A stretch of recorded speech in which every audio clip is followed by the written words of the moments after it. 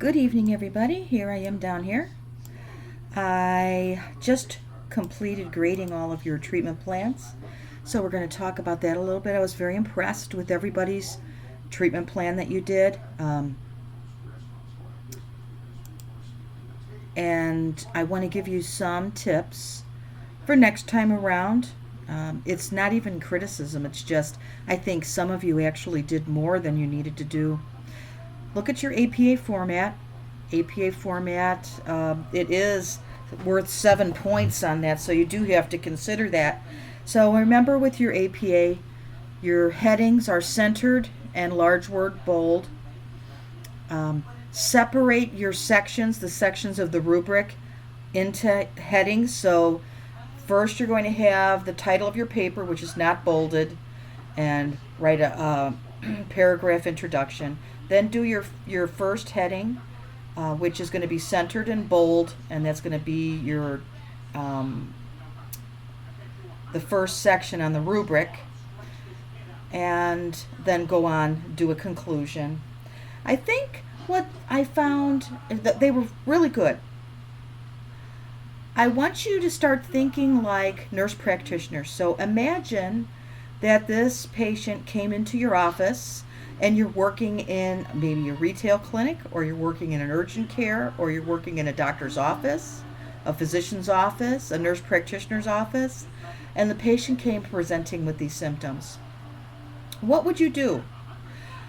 I think that sometimes our head gets wrapped around patients coming into the emergency room or in ICU, and we want to order everything.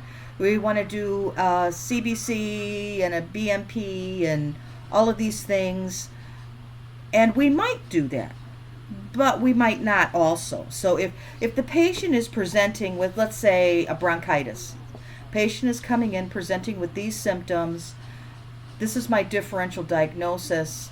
My diagnosis is bronchitis. What am I going to do?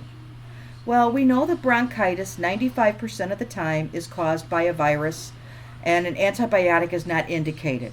There are some cases where we would deviate from that. So if the patient had a pre-existing condition like COPD, we would be more likely to prescribe an antibiotic for someone who had bronchitis, because they've got that comorbidity that makes it more likely for this to be bacterial in nature. So that's something that we need to consider. We might be more aggressive on that patient. If we think the patient may have pneumonia, so we've checked the lung fields and we hear egophony in the lower lobes, I want to have a chest x-ray done, because I have to ensure that that patient doesn't have pneumonia. Not all pneumonias are bacterial, so the patient could have a viral pneumonia where an antibiotic is going to be ineffective also. So think about the test that you'd actually do. Oh, maybe I would do a flu test if the patient's presenting with sudden onset high fever, body aches, and cough. That's the triad of flu. I am going to do an influenza test. Now, influenza tests have a high false negative rate. So if the patient tests negative, but after I'm done with my visit, everything is pointing towards flu and it's within that 48-hour window, I'm going to go ahead and prescribe Tamiflu on that patient if I feel it's indicated.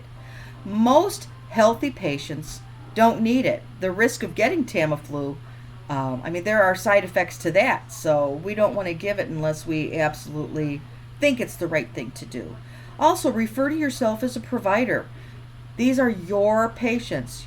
You're the one that's calling the shots. So when you're writing this out, write it out like you were a provider dictating.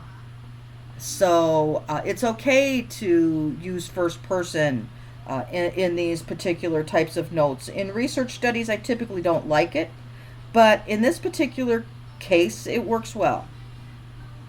But as a whole, I was very pleased with them. I think that you, if anything, did more than you should have on these. But keep it up, because it's good practice for you. I know when I was in school, I always used to go overboard when I was writing these things.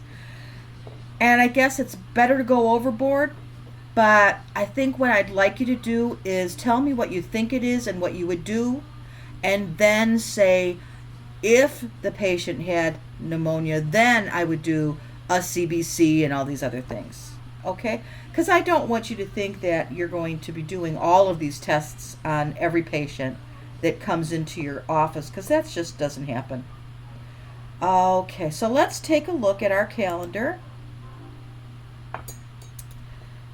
And as the weeks pass by quickly, tomorrow is 9/11. We're going into week 4. So we have the upcoming case study. And as I explained earlier, we're going to be doing this case study different. I have assigned leaders. So leaders, you're going to assign who does what. And I don't care if you submit one document. In fact, I think that would be ideal. Submit one document, and then when you are doing your discussion, your case study discussion, I want your comments to be on a case study that you did not participate in. Okay? Any questions about that, please refer those on to me, so that your initial post is due Wednesday, and then your responses are due on Sunday. And then we'll go back and you've got that case study treatment plan due. Now we're coming up close to that midterm, which is the 30th, and I'm trying to get some stuff done because I want to have a review session for you on Tuesday the 26th. So that's what I'm aiming for. Don't put it in stone yet because I'm trying to get some things together. Also remember that paper that is due is going to be due week 11.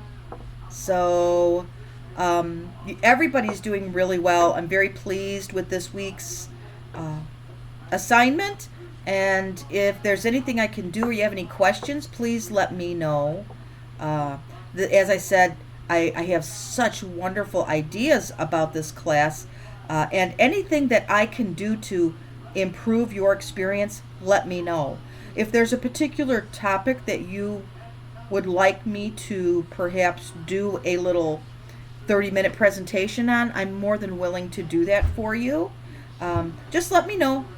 And I hope you have a very blessed week. Have a good evening.